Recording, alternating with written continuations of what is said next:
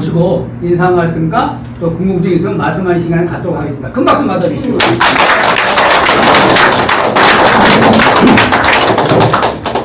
네, 이곳도 LA의 오렌지 카운티 맞습니까? 네. 이곳에 와서 우리 교민 여러분 만나게 되어서 너무 반갑고 또 이렇게 환영해 주셔서 대단히 감사합니다. 그러면서도 이렇게 만나지 않았어야 될, 제가 왔어야 안 될 곳인데 나라가 이 모양이 돼가지고 제가 예기치 않게 또 LA에 오게 되고 또 예기치 않게 오늘 또 손현보 목사님 여기 와서 들었거든. 어제요. 구속영장이 청구됐다 이래가지고 참 대한민국 상황이 그렇습니다. 갑자기 생각난 게요, 일제강점기 때가 생각났습니다.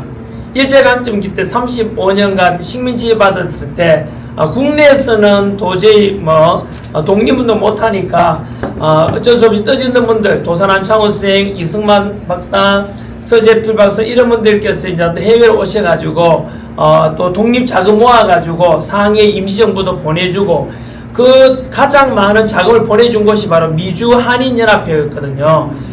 그래서 제가 LA에 오자마자 제일 먼저 간 곳이 바로 대한인총회 그 이제 LA에 있는 그것에 이제 도산안창호 선생이 원래 이승만 박사하고 중심이 돼가지고 이렇게 만들었는데 그것을 제일 먼저 가봤습니다. 그래서 그때 생각이 갑자기 납니다. 그것처럼 지금 또 나라가 어려워가지고 대한민국 안에서는 정말 답답해가지고 저는 또 언론 탄압도 심하고 지금요 꼭 일제강점 같은 대한민국 상황입니다. 지금 모르는 분들도 아직 못 느끼는 분도 많겠지만 일제강점 때는 나라 뺏기고 난 뒤에야 그때 갔어야 이제 총독과 설치되고 막 이러니까 아이고 이제 일본 순사들이 돌아다니니까 이제는 잡혀가고 이러니까 이제서야 나라가 없었구나 깨닫는 사람 많은 것처럼 대한민국이 어느새 지금 좌파 정권이 들어서고 친중 세력들이 들어서가지고 많은 사람이 아직도 모르는 분들 되게 많습니다. 그런데 저는 또 그 역사 가르치다 보니까 이 대한민국 큰일이다 이거 아직까지 잘 몰라서 그렇지 미사일이 안 날아다니고 전투기 안 날아다니서 그렇지 이미 대한민국의 정치, 경제, 사회, 문화 분야에서 이미 중국 세력이 너무 많이 들어와 있습니다.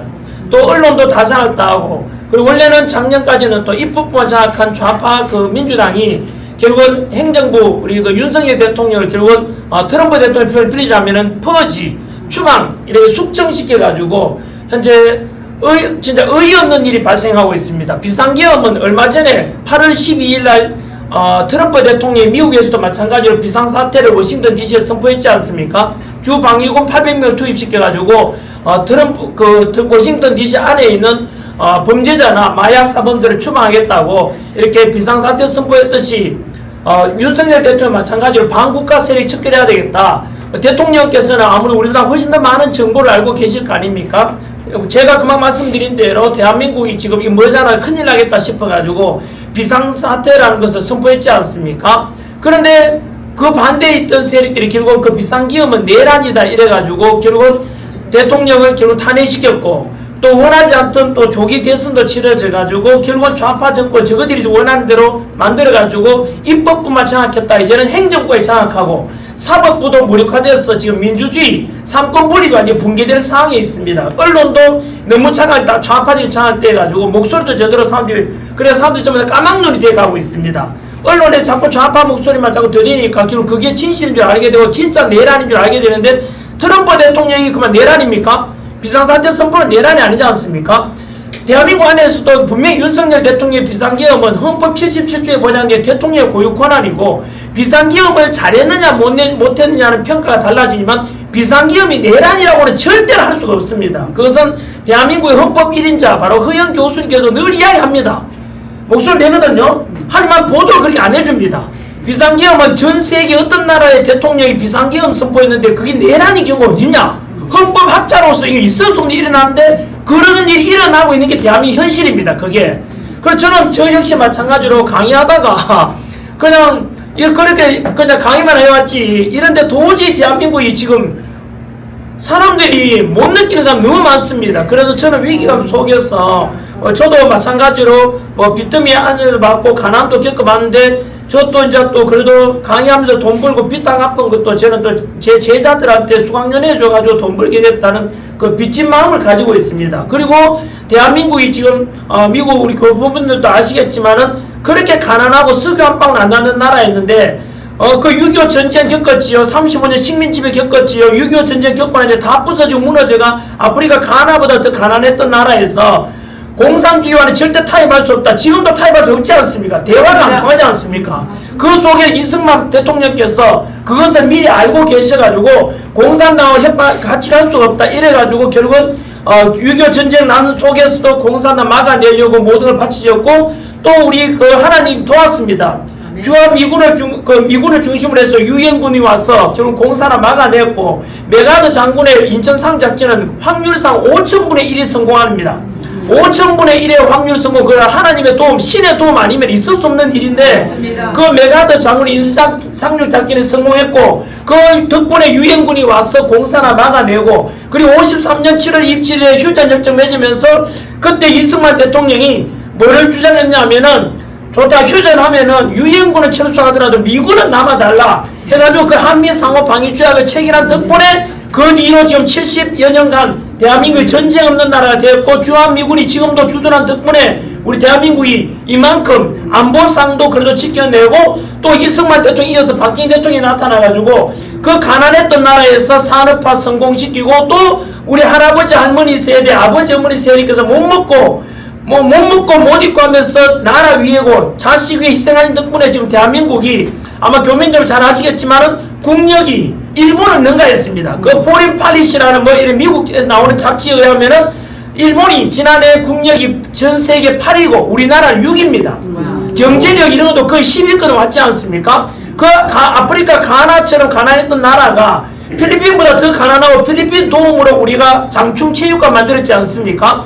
그런 원조 받던 대한민국이 이렇게 일어났던 것은 바로 금방 말씀드린 대로 바로 위대한 지도자 이승만 대통령과 박정희 대통령이 있었고 또 우리 할아버지 할머니 아버지 어머니의 희생 덕분에 대한민국이 이렇게 지금 일어서고 먹고 살게 됐는데 그 지금 미국서 아시겠지만 우리 삼성이나 LG 현대 SK 포스코 보면은 초이유 기업들 아닙니까? 지금 뭐 진짜로 제가 다니다 보니까 미국 와서도 제가 보니까 현대자동차 기아자동차 자동차들이 많더라고요.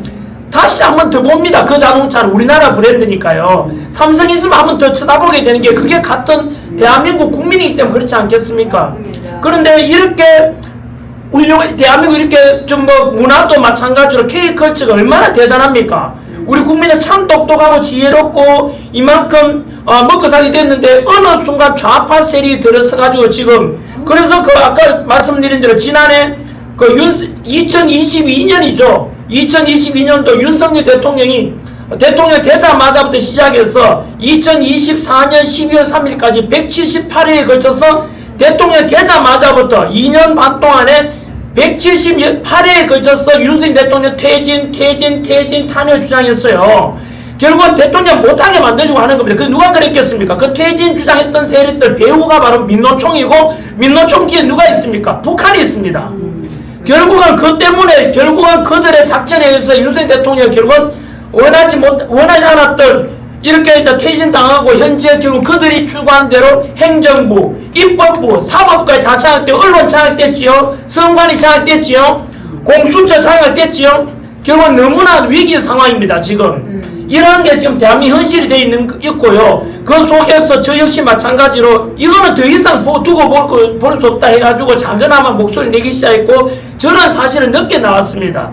바로 제가 강의하다가 아스팔트에 나오게 된 계기가 지금 현수막에 이름 쓰여져 있는 손현보 목사님 덕분입니다. 손현보 목사님께서 제가 사실 겁이 되게 많습니다. 이렇게 여러분들 보실 때는 뭐 전환길이 영상 보면은 맨날 뭐 불의에 맞서 가지고 과음 지르고 하니까 뭐 되게 센 사람처럼 보이지만 제가 아주 열입니다. 그래서 제가 정치는 못한다고 늘 해왔던 게 강심장이 돼야 되는데 사람이 제가 열이고 거짓말을 못합니다. 정치하려면 좀 뻔뻔스럽고도 그래야 되는데 저는 그러지를 못합니다. 그런데 근데 아스팔트에 그 나오게 된 계기도 지난 1월 23일 날 카카오톡 금지한다 그러고 말이 됩니까 이게 지금? 그 좌파 지금 이재명이 하는 짓 아닙니까 그게? 그 이재명이라는 게 괴물입니다. 악마의 괴물이라고 저는 평가합니다. 나와서 안 된 인물이 나왔지 않습니까? 우리 지금까지 언제나 대통령 될 만한 지도자의 가장 기본이 뭐 능력도 있어야 되지만 선한 사람이 돼야 되는데 정과 사범에다가 그 정과 사범도 그냥 범죄가 아닙니다. 그 정과 사범에다 5개 범죄 12개 혐의로 5개 재판받고 있는 이런 정말로 의의가 없는 악의 상징인 이런 이재명이라는 인간이 나타나가지고 모든 지금 대한민국이 만들어온 민주화 이거마저도 다 깨버리고 지 마음대로 지금 하지 않습니까? 정말로 상상할 수 없는 일이 일어나고 있습니다. 절대로 대통령이 아니라 아무 자리도 이렇게 책임자 돼서 안 되는 인물이 지금 대한민국 이 강력한 대한민국의 대통령이 됐다는 게 의의가 없는 일입니다. 지금 이걸 어떻게 인정하겠습니까? 이거를 그래도 저는 그런 그런 걸 보면서 그래도 뭐 제가 또 고발도 당하게 되면서 사실 아스팔트 나옵니다. 청년들 대신해가지고 제가 목소리 내게 됐지요. 그때도 선거관리위원회가 문제가 많다. 부정선거 의혹도 있는데 왜 이거 안 파헤치냐. 그런데 제가 민주당 고발당하고 또 그때 그런 무렵에 이제 또 그 세이브 코리아라고 광화문에는 정광훈 목사님이 주도해가지고 광화문 집회가 5년간 문재인 정권에 맞서 싸워왔고 참으로 훌륭합니다. 뭐 정광훈 목사님에 대해서도 다들 뭐 어쩌저쩌 하는 분도 있지만은 그럼에도 불구하고 5년간 싸워온 거 공산주의 막으려고 했던 것은 참 높이 인정받아야 될 겁니다. 그러다가 이제 탄핵정부 속에서 1월 25일날 세이브 코리아 집회 때 제가 나가게 되는데 그때 제가 손현모 목사님께 목사님 저 겁도 많고 이거 나가야 되지 무섭습니다 이러니까 그때 그 해주신 말씀이 바로 이 말씀입니다. 아직도 제가 간직하고 있습니다. 그때 저한테 뭐라고 하셨냐면은 이렇게 카카오톡을 보내주셨습니다. 네, 제가 지금 카톡에 손현보라고 요즘 카카오톡도 잘 안 합니다. 왜 안 하겠습니까? 못 합니다. 카카오톡 정말 편리한데 잘 못하는 이유가 바로 카카오톡도 금리한다고 했습니다. 남의 통신 비밀 이거 헌법에 보장된 통신의 비밀 이것도 지금 들여다보려고 하는 게 그 사악한 이재명 정권입니다. 제 손현보에서 이렇게 문자 보내셨습니다. 선생님 부담도 되시겠지만 담대하십시오. 하나님의 기적을 볼 것입니다. 하나님은 사람의 생각을 뛰어넘어 역사하실 것입니다. 그래서 저는 짧게 2자로 답변했습니다. 그냥 아멘하고 끝마치고 앞으로 나아갈 일에 대해서 그냥 기도와 순종으로 나아가겠습니다. 그렇게 하고 그게 1월 25일이었고 여의도 집회였고 하지만 그 뒤로 여의도 그리고 부산역 그리고 동대구 광주 대전 천안 이렇게 열심히 투쟁하고 탄핵은 막아야 된다.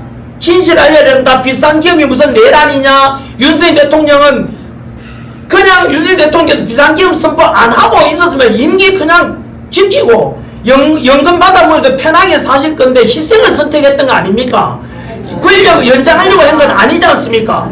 그런 걸 볼 때 저는 윤석열 대통령의 그 진정성을 그때서야 알게 되었고 이런 대통령 우리가 지켜야 되지 않겠는가? 그 윤석열 대통령을 몰아내는 세력이 누구냐? 배우가 민주당 뒤에 누가 있습니까? 북한하고 중국 있지 않습니까? 중국 공산당 시진핑가 우리나라에 너무 깊이 들어가 있습니다. 중국이 돈이 많지 않습니까? 그 돈으로 정치인들을 매수해가지고 정치를 친중화시키고 경제적으로 지금 얼마나 우리나라에 중국 땅이 많이 들어왔냐면 여의도 면적의 7배를 중국인이 가지고 있습니다. 그게 2022년 통계입니다. 그리고 지난해 2024년에는 외국인이 구입한 부동산의 60% 이상이 중국인이 다 구입했습니다. 더 충격적인 것은 문재인 정권 때 이제 나중에 밝혀졌지 않습니까? 문재인 정권 때 바로 용산 미군 기지 1km 옆에 거기에 부동산을 구입했는데 지금 1000억대가 넘는 땅인데 그 650평 땅이 소유권이 누군지 아십니까? 중화인민공화국 소유권입니다. 그거는 무슨 뜻이냐면은 우리나라 대통령, 우리나라 안에 영토를 중국 정부가 구입했다는 것은 땅을 팔아먹었다는 중국한테요. 소련이 과거에 알래스카를 미국한테 팔았는 것처럼 우리나라 안에 지금 중국 정부 땅을 가지고 있어요. 중국인이. 그럼 결국 전쟁 나면 그 땅은 중국 겁니다. 이것처럼 근데 국민들 대다수가 그냥 오야모야 먹고 살기 바쁘니까 넘어가고 있는데 이만천만한 일이 아니에요. 그래서 결국은 뭐 중국이 지금 정치적으로도 친중 정치인들 많이 매수대가 있습니다.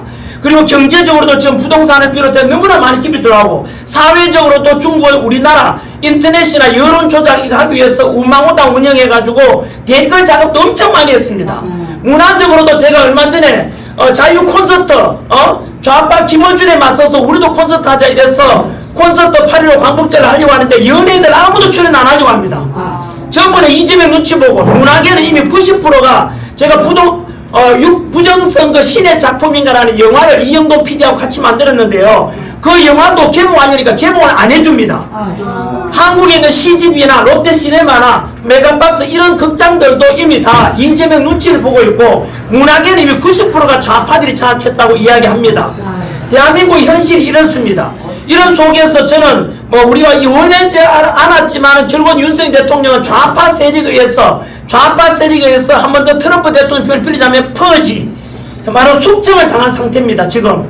그리고 예를 들어 탄핵도 당해버렸고 이재명 정권이 탄생하게 되면 더 심각한 일이 발생하고 민주주의가 무너지고 경제가 사회주의 체제가 될 것이라는데 이재명 정권은 결국 탄생한 지 6월 3일 대선이 있었고 불과 3개월밖에 안 됐는데도 불구하고 지금 3년 지난 것처럼 그만큼 많이 망가지고 있습니다. 노란봉투법 들어봤지 않습니까? 기업가들 지금 미국 한국에 와 있는 미 상공회의 소장 그리고 EU 상공회의 소장 그리고 송경식 우리나라 경영 대표인데요. 그분들까지도 똑같은 목소리로 이거 노란봉투법 만들면은 다 해외로 나가겠다. 한국 GM 대표도 지금 한국에서 철수하겠다고 했지 않습니까?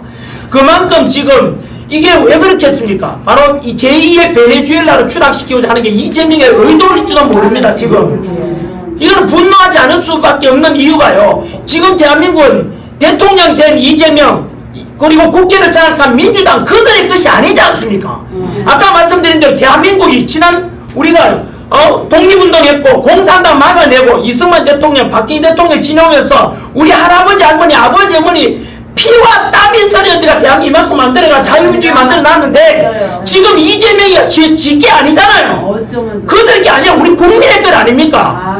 예? 그런데 이재명은 전부 지 것이냐 민주당도 저 것이냐 지 마음대로 대한민국을 엉망진창으로 만들려고 하고 있습니다. 지금 이런 속에서 어떻게 침묵할 수가 있겠습니까?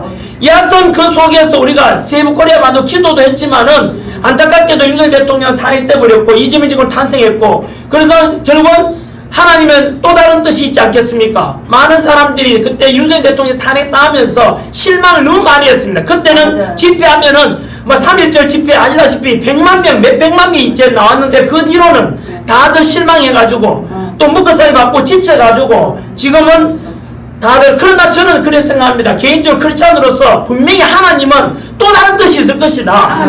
우리는 왜 하나님이 기도했는데 탄핵이 돼버렸느냐 왜 그러냐면 하나님은 아시다시피 우리 인간의 상상력과 우리가 인간의 계산으로 되지 않는 수만 가지 방법을 하나님은 가지고 계시고 그 당시에는 왜 그랬는가라고 하면 시간 지나보면 하나님은 언제나 옳으시고 언제나 완벽하다는 걸 저는 믿고 있습니다. 그래서 저는 이 속에서 하나님 뜻이 무엇인지 저희가 주어진 저는 소명이라 생각하고 저는 목숨 내걸고 그래 어차피 사람 한 번 죽는 거 이래 죽거나 저래 죽거나 좀 더 살아나면 똑같지 않냐. 하지만 이 국가와 그리고 하나님의 나라 위해서 하나님의 뭔가 선한 영향이 되고 하나님 보기에 미소 지을 수 있는 일이라면 기꺼이 하자.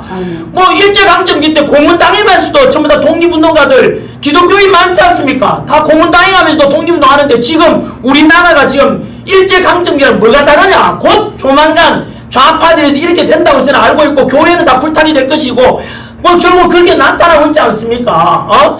그래서 저는 그때 고문당하면서도 독립운동 하는데 제가 지금 고문당하는 건 아니지 않습니까? 멀쩡히 넥타이 메고 하는데 이건 못할 거 뭐 있습니까? 이래 생각하고 목소리 내고 있습니다. 그런데 아까 말씀드린 대로 한국 상황이 진짜 겉은 멀쩡한데 속을 들여다보면은 모든 것이 지금 자유함이 사라지고 있습니다. 그래서 제가 왜 미국에 왔겠습니까? 마찬가지로 한국에 있으면 왠지 제가 살해될 것 같다는 느낌이 많이 들었습니다. 알 수 없습니다. 중국인이 워낙 120만 명이 들어와 있지 않습니까? 지금 대한민국에요. 중국에서는 장기 매매 이런 것도 없습니다. 그냥 사라지지 않습니까? 그게 중국입니다. 그래서 저는 그걸 알기 때문에 뭐 북한 공산당이 또는 중국이 와서 또는 좌파들이 저를 어떻게 할지 누가 압니까? 그래서 저는 성경 속에 나온 말씀대로 비둘기처럼 순수하게 하지만 뱀처럼 지혜로워야 된다. 그들보다 앞서가야 된다. 그래야만이 그들 이길 수 있다 생각해서 그들이 저를 맞기 전에 조금 빨리 출국 금지 내려질 것 같아가지고 그 바로 그 지금 이제 제가 들어온 날이 8월 25일이었습니다. 마침 이재명이 미국 와서 트럼프 대통령하고 정상회담하는 그날 아닙니까? 그날도 봤지 않습니까? 이재명은요, 대한민국 어느 정도냐면은 그 정상회담 미국 교포인들 다 봤겠지만은요, 영어가 또 되니까 더 잘하시지 않습니까? 그 현장에서도 이재명이 뭐라 했습니까? 트럼프 대통령 보는 앞에서 얼굴 대면전에서 거짓말하는 거 봤습니까? 특검을 지가 임명했지 국회가 임명했는데 내 상관없다. 왜냐 근데 트럼프 대통령이 대한민국의 특검이라는 게 미군 기지를 압수수색하고 교회를 압수한다던데 하니까 이재명이 하는 말이 그 특검도 내가 한 게 아니고 국회에서 그러는 거다. 이재명 임명했는 거 아닙니까? 이재명은 대한민국에 별명이 있습니다. 입벌구람 입벌구. 입만 벌리면 구라라는 뜻입니다. 입만 벌리면 구라고. 그렇게 해서 이렇게 말하고 저렇게 늘 그렇게 살아온 인간입니다. 그 가짜 사기를 가지고 대통령이 된 사람이고요. 예? 그러니까 이제는 뭐죠? 국내에서만 그러다가 이제는 글로벌 사기꾼이 돼. 글로벌 사기꾼이요. 어떻게 지금 그 면피하려고 트럼프 대통령 앞에서도 거짓말하는 거 보십시오. 그 거짓말이 우리나라 국익을 위한 거라면 다들 그래도 뭐 그러니 하겠지만은 지 면피하려고 지 살려고 하는 짓 아닙니까? 그 면피해놓고는 트럼프 대통령 그렇게 해놓으니까 트럼프 대통령 가만히 있겠습니까? 그 다음 비밀 점심 오찬에서는 엄청난 청구서 내밀고 있지 않습니까? 그만큼 완전히 외교 참사를 만들어 놓고 와놓고는 한국에 와서 좌파 언론들 선동해가지고 전부 다 잘했다고 합니다. 지금 자화자찬하고 있습니다. 한미 정상회. 이게 대한민국 현실입니다. 얼마나 웃깁니까 지금? 예? 그래서 이게 좀 대한민국 현실이고, 그래서 제가 그때 8월 25일 날 미국 왔고, 그 뒤로 저는 어떻게 할지에 대해서 계산이나 이렇게 아무것도 없이 왔습니다.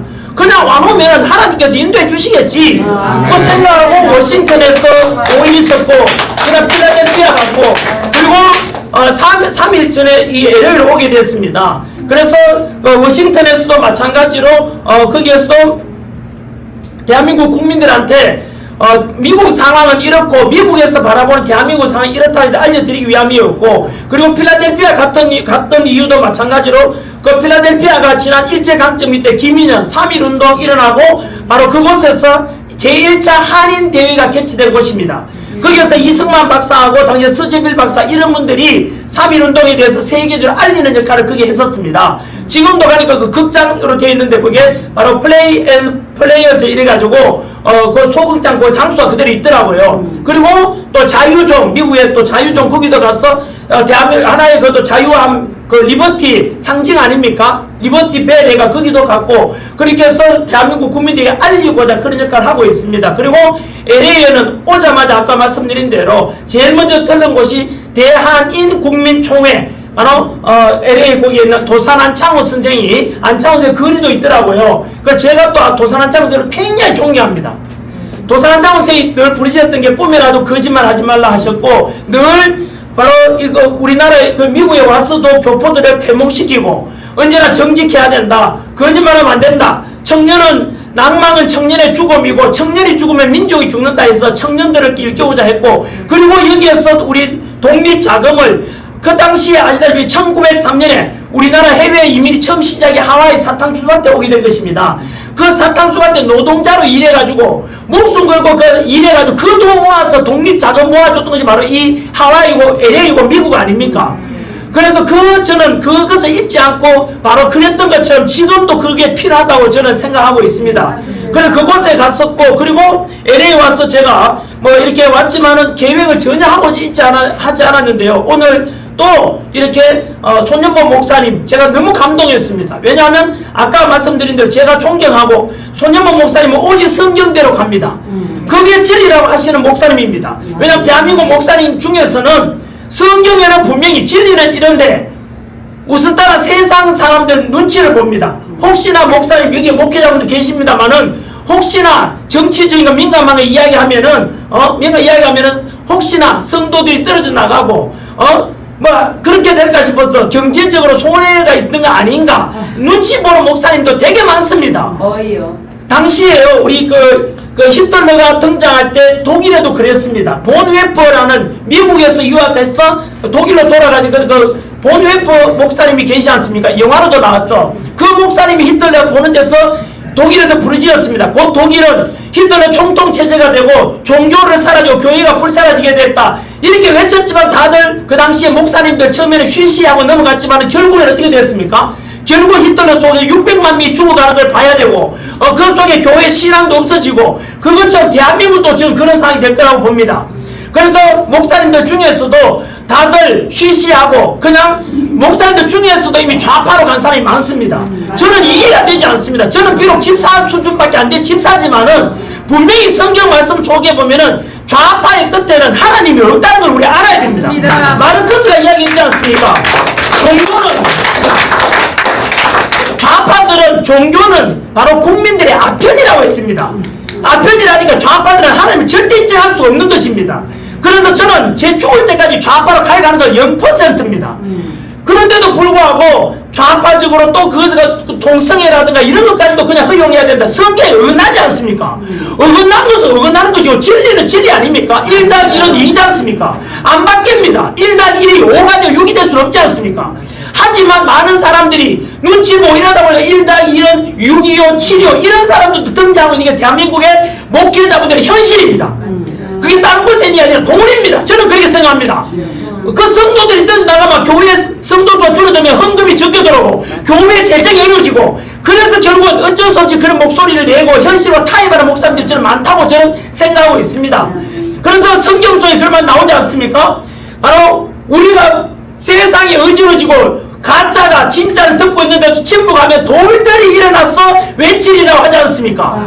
저는 개인적으로 제가 집사지만은 제가 돌이라고 생각합니다. 저같이 부족한 사람도 목사님들이 침묵하니까 저같이 아는 것도 적고 부족하지만은 돌들이 일어나서 외치는 것처럼 제가 일어나서 외치고 있지 않습니까? 저는 이런 현실 속에서 목사님들께서도 회개하시고 기독교인들도 회개한다고 생각합니다. 좌파들하고는 타협할 수가 없습니다. 왜냐하면 그들은요 하나님의 존재를 인정하지 않기 때문입니다. 맞아요. 우리 사회주의 국가, 그들 사회주의 국가에 하나님 어디 있습니까? 중국 보십시오. 사회주의 국가에서 티베트 불교, 신장 유르지역 종교 다 타락하고 그리고 우리 중국에 갔던 선교사님들 다 쫓겨났지 않습니까? 지하교회가 되지 않습니까? 교회가 어디 있습니까? 시진핑 차에 종교가 없습니다. 북한 아시지 않습니까? 종교가 어디 있습니까? 교회 기도하다가 성경 보다가도 잡혀가고 이게 북한 아닙니까? 그래서 저는 그들과 어떻게 타협할 수가 있겠습니까? 그리고 홍콩을 보면 아시지 않습니까? 홍콩이 영국이 99년간 가지고 있다가 중국한테 돌려주자마자 홍콩에 지금 그렇게 암의 홍콩이 돼가고 있지 않습니까? 이미 됐지 않습니까?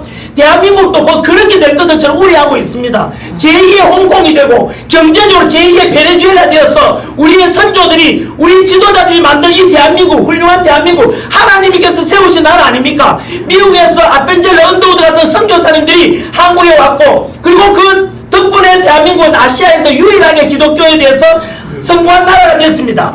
그리고 광복 후에도 재헌국회에서 이승만 대통령이 초기 때 임시 국회의장 할 때 그때 국회의원이자 목사님이었던 이윤영 목사님께서 재헌국회 때 우리가 국회를 열면서 제일 먼저 기도부터 하고 시작했지 않습니까? 바로 그 기도 덕분에 실제로 우스갯소리를 우리나라 애국가도 참 잘 지었다고 합니다. 하나님이 보호하사 이런 내용 나오지 않습니까? 그래서 저는 이렇게 세워진 대한민국이 지금 좌파들에 의해서 망가져가는 것을 우리가 묵인할 수가 없지 않습니까? 이것은 일제강점기하고 비슷해지는 상황이라고 저는 보고 있습니다. 더 늦기 전에 우리가 목소리 내야 되고 더 가면 갈수록 좌파를 해서 점점 붉게 물들고 있습니다. 대한민국이 지금요. 그래서 저는 그걸 막아야 된다고 생각하고 오늘 이 자리에 LA까지 와서 이게 오렌지 카운티에 왔는데 또 우리 손현보 목사님께서 아까 이 손현 목사님은요 다 지금 현재 대한민국에서도 같은 목사님들끼리도 손가락질 하는 사람이 많습니다. 뭐라고요? 거구라고. 거구 목사라는데 저도 거구라고 합니다. 이거 더 이상 속으면 안 되는 게 좌파들은요 자기들과 뜻이 다르면 무조건 거구라고 해버립니다. 거꾸로 거구라는 소리 들으면 가장 원칙주의자고 제대로 된 찐 보수주의자다 이래 보시면 됩니다. 성경 속에서 가장 성경 진리를 따르는 분이 극보수, 극우 목사다 이런 소리 들으면 제대로 된 목사님이라고 보시면 됩니다. 그래서 그 중에 한 분이 바로 손현보 목사님인데, 그러니까 여러분 아시다시피 그 이재명 정권 다 만들어지자마자 지금 이루어지는 게 교회 압수수색 있지 않습니까? 목사님들 핸드폰 뺏어가고 이런 게 지금 대한민국 현실입니다. 어느 시대에 뭐 이런 일이 어디 있습니까 지금요? 그래서 심지어 목사님을 지금 구속까지 시키려고 하는데 이유도 없습니다. 손현 목사님이 그때 구속 사유로 된 게 뭐냐면은 세계로 교회에서 거기에서 했는 영상들이 그대로 지금 올려져 있습니다. 증거인멸 우려도 없고, 손현보 목사님이 도망을 가겠습니까? 도주 우려도 없지 않습니까? 그때 했는 말들도 지금 세계로교회 홈페이지에 가면 그대로 다 있어요. 구속 사유도 안 되는데 불구하고 구속하려고 하는 이유가 뭐겠습니까? 결국에는 종교 탄압. 이번에는 손현보 목사님이지만 다음에는 손현보 목사님의 손가락질하고 그냥 취시했던 그 목사님들이 결국은 똑같이 당하게 될 것이라 저는 생각하고 있습니다.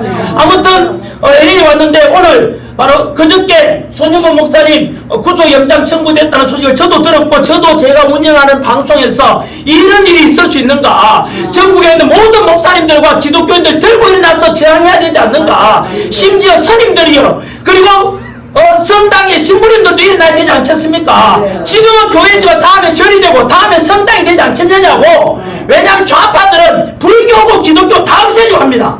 신앙 자체를 인정하지 않지 않습니까? 아까 말씀드린 대로 시진핑 저 티베트 불교 다 없애지 않습니까? 그게 좌파들입니다. 오직 공산당만 믿으라 이거 아닙니까? 그래서 저는 그래서 마침 또 깜짝 놀랐습니다. 강성규 교수님께서 저한테 카톡 보내주시기를 제가 딴 카톡은 원래 주고받지 않는데요, 모르고 보내셨더라고요. 카톡도 지금 대한민국 금융당이기 때문에 못 쓰고 있습니다. 그래서 어쨌든 이 손현보 목사님 구명위원회가 열린다 하길래 저는 뭐 묻지도 따지도 않고 저도 즉시 가겠습니다. 제가 이 자리에 오게 됐습니다.